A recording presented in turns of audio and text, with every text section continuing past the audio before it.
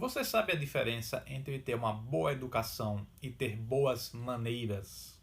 Acredite ou não, mas saber essa diferença entre educação e boas maneiras vai até te ajudar a aprender inglês melhor e vai te ajudar a entender como é que funciona o pensamento, a cabeça de pessoas que falam inglês fluente. Então, vou lhe mostrar aqui nesse vídeo exatamente como entender a diferença de educação e boas maneiras pode lhe ajudar nos seus estudos de inglês. A palavra educação, se a gente quiser pegar isso do português e botar em inglês, é muito simples. Mesmo que você não fale inglês tão fluente, você provavelmente, intuitivamente, deve ter uma ideia que educação se traduz ou se interpreta como education. Educação é igual a education. Mas você tem que tomar cuidado na hora de fazer essa tradução assim, em alguns contextos. Analisar o contexto vai te ajudar a entender se essa palavra entra ou não aonde você quer falar. Na hora de você falar e se comunicar com alguém que seja tipo um americano, que fala inglês e não entende de português. Veja, por exemplo, vamos pegar uma situação de que uma pessoa não teve uma boa educação. A gente pode falar ela de duas maneiras. Existe a educação mesmo, que seria o quê? Uma pessoa que não tem um ensino médio, um ensino superior, você pode dizer, falta educação para essa pessoa, ela não teve educação, seria o quê? Numa entrevista de emprego, de repente a pessoa pode dizer, olha, você não tem a educação necessária para assumir esse cargo, ou trabalho, ou posição em uma empresa. Então, quando a gente usa educação nesse contexto, nós estamos nos referindo a uma escolaridade. Mas existem outras situações, por exemplo, digamos que você está caminhando na rua, numa praça, tudo limpo, tudo bonito, e alguém joga lixo na rua, que não deveria, e você vê uma lata de lixo bem perto e a pessoa, em vez de colocar o lixo onde deveria, ela escolheu simplesmente jogar no chão e sujar a rua. Você poderia dizer, olha, essa pessoa não tem educação. Ou uma pessoa rude que está sem nenhum motivo falando mal de outras pessoas e está xingando alguém sem nenhuma justificativa, você poderia dizer também que essa pessoa não tem educação. Agora, é importante entender que nesse contexto que eu acabei de falar, essa educação, na verdade, é melhor entendida como boas maneiras. Se você, ao pé da letra, traduzisse esse ei, você é muito rude, você é mal educado, quando você chama alguém de mal educado porque ela não teve boas maneiras, você não pode colocar ali education. Você não pode dizer, aquela pessoa, você não tem education porque ela foi rude, porque ela não se comportou como deveria.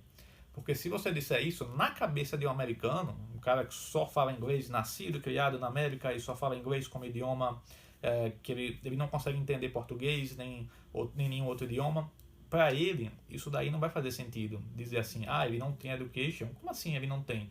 Você está dizendo que ele não tem escolaridade, não tem algum curso superior ou nem terminou o ensino médio? É isso que você está falando? Entenda que na cabeça do americano ele vai pensar isso. Então, se você quiser falar que alguém não tem educação porque se comportou errado, foi rude, foi mal educado, esse education, na verdade, precisa ser interpretado como boas maneiras, ou a pessoa não tem boas maneiras. Então, esse maneiras é manners. Você precisa dizer manners. Uma pessoa que não tem boa educação, nesse sentido comportamental, não no sentido de escolaridade, estou falando no comportamento da pessoa. Uma pessoa sem educação é uma pessoa que não tem boas maneiras, ou good manners. Então, viu como é importante você entender isso na hora de falar inglês, porque a mesma palavra, intuitivamente, educação é education, mas você precisa começar a entender o contexto que aquilo é colocado, porque em português nós usamos educação tanto para a escolaridade como para um comportamento que a pessoa deveria ter na sociedade. Mas em inglês não funciona assim.